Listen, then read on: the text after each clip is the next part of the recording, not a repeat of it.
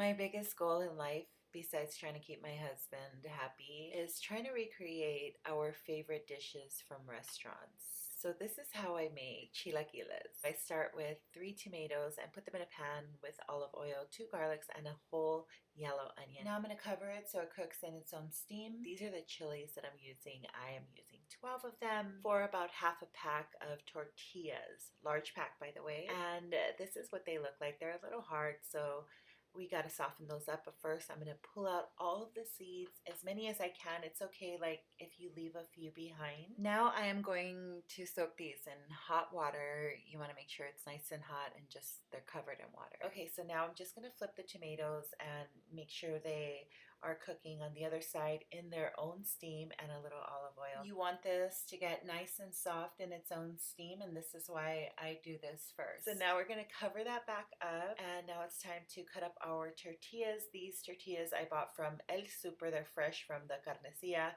They're literally so good. This is how I cut them up, and now I am frying them up in just regular oil. Whatever you have will work.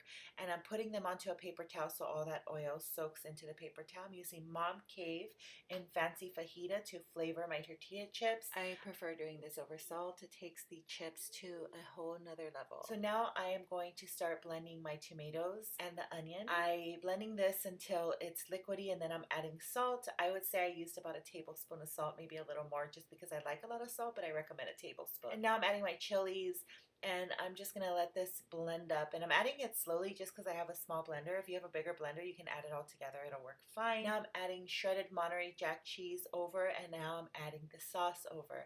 And when I tell you guys that this is so amazing, like it is so amazing. Like you want to add a lot of sauce. You want it saucy. And then I'm going to add more cheese, of course, because I'm obsessed with cheese. And I'm going to cut it up just like I would a lasagna. I recommend for you to let this dish cool for about 15 to 20 minutes before you cut it, just so it holds together better. However, in my case, my husband cannot wait, and I had to serve him right away. He likes it with 2 eggs on top, garnished with parsley, and of course, I add my husband's hot sauce on his food before I hand feed him. But you guys, this came out amazing. I hope you enjoyed this video. Thank you for watching. Gotta go feed my husband.